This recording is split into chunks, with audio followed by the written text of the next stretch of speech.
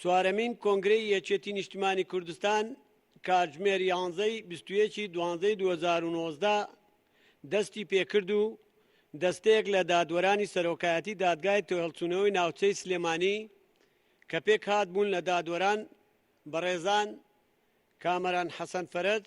و ئەحمەد حەجیدار و عومەر ئەحمەد محەممەد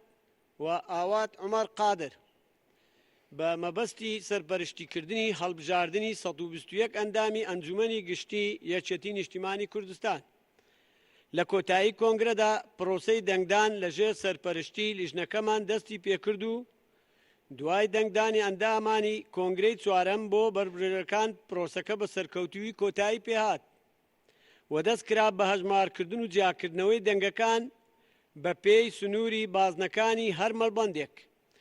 چەند کاندیدێک سەرکەوتنیان بەدەست هێنا